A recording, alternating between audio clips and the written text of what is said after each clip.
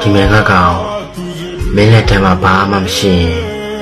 မင်းနဲ့ဘေးမှာလည်းမင်းချစ်ရတဲ့မိသားစုကလွယ်လို့မင်းနာဘသူမှရှိနေပေးကြမှာမဟုတ်ဘူးငွေသာရှာပါငါကောင်ရာအချစ်လို့ကြည့်ရဲ့အကြည့်ထက်မရှိလို့ကြည့်တဲ့အကြည့်က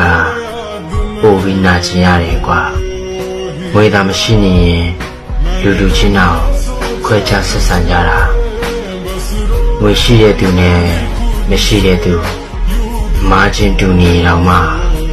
ရှိတဲ့သူတွေမာရင်ခွဲလွတ်ကြပြီငါတို့လူမရှိတဲ့သူတွေကြပြစ်တင်နေချကြတယ်တရားတော့မပါပြီမဲ့ရှင်တန်နေတော့မှတော့လူရောင်ဝင်တယ်